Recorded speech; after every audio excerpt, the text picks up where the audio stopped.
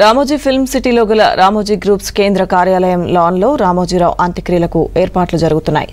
ఆయన గతంలో ఏ కార్యక్రమం చేసినా అక్కడే నిర్వహించేందుకు ఇష్టపడేవారు. వారికి ఇష్టమైన స్థలంలోనే ఇప్పుడు అంత్యక్రియలను నిర్వహించేందుకు ఏర్పాట్లు చేస్తున్నారు. రామోజీరావు జీవించి ఉండగానే తన స్మారకాన్ని ఆయనే నిర్మించుకున్నారు. మరణం ఒక వరం, తనకు చావు భయం లేదు అని చూపిన వ్యక్తిగా రామోజీ నిలిచారు.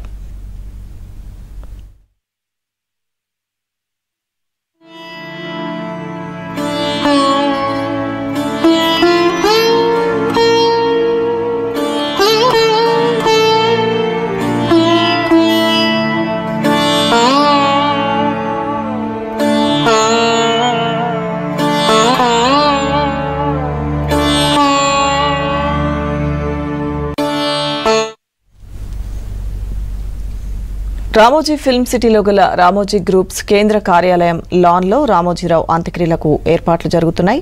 ఆయన గతంలో ఏ కార్యక్రమం చేసినా అక్కడే నిర్వహించేందుకు ఇష్టపడేవారు. ఇక వారికి ఇష్టమైన స్థలంలోనే ఇప్పుడు అంత్యక్రియలను నిర్వహించేందుకు ఏర్పాట్లు చేస్తున్నారు.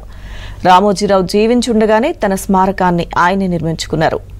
మరణం ఒక వరం, తనకు చావు భయం లేదు అని చూపిన వ్యక్తిగా రామోజీ నిలిచారు.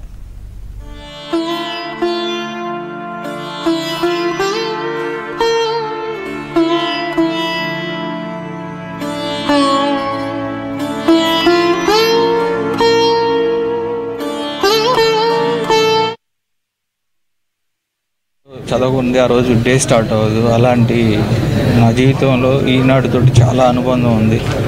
అంటే ఒక వ్యక్తిగా నేను చాలా నేర్చుకున్నా. అలాంటి ఒక లెజెండ్ ఆయన రామోజీరావు గారు.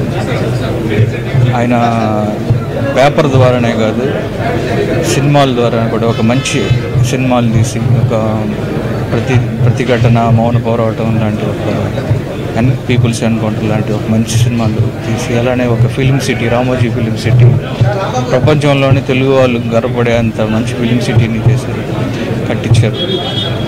ఆయన మన మధ్య లేకపోయినా ఆయన ఈనాడు పేపర్ ఉన్నన్ని రోజులు, అలానే ఫిలిం సిటీ ఉన్న రోజులు మన జ్ఞాపకాల్లో ఆయన ఎప్పుడూ ఉంటారు. వాళ్ళ కుటుంబ సభ్యులకి నా ప్రగాఢ సానుభూతి తెలియజేస్తున్నాను. రామోజీరావు గారి పవిత్ర ఆత్మ శాంతి కోరాలని మనస్ఫూర్తిగా కోరుకుంటున్నాను. Thank you.